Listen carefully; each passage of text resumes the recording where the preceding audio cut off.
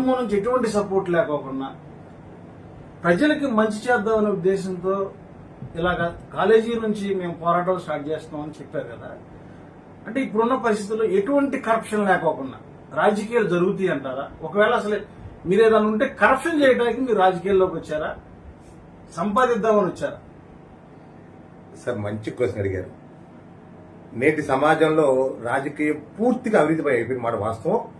సమాజంలో ఒక వ్యక్తి నిజాయితీగా రాజకీయాలు చేయాలనుకున్నా కూడా చాలా మంది వ్యవస్థ అంతా ఎలా ఉందంటే రాజకీయాలు సంపాదన కోసమే వచ్చుతారనే భావజాలం ప్రజల్లో ఉంది.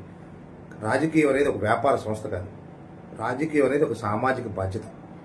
మనతో పాటు సమాజంలో అణగారిన వర్గాలకు చేయూత అందించడం కోసం, వెనుకబడిన వర్గాలని అందరం ఎక్కించడం కోసం, పేద వర్గాలకు న్యాయం చేయడం కోసం రాగలిగిన ఒక అద్భుతమైన సంస్థ.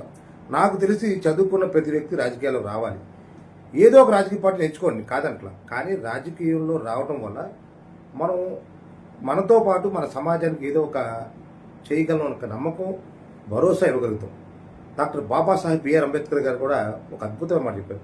నీ కోసం బతికితే నీలో ఒకరిగా పోతావు, సమాజం కోసం పనిచేస్తే 10 మందిలో సమాజ అంకిత భావంతో పనిచేస్తామని చెప్పి ఆయన ఒక అద్భుతమైన ఒక సూక్తి ఉంటుంది. అది నాకు ఇన్స్పిరేషను. చిన్నప్పటి నుంచి దేశ స్వతంత్ర సమరయోధులకు సంబంధించి జీవిత చరిత్ర చదువుతూ రాజకీయాలకు రావాలని వచ్చాం తప్ప అవినీతి చేసేటట్టయితే ఇవాళ మీరు చూసే ఉంటారు.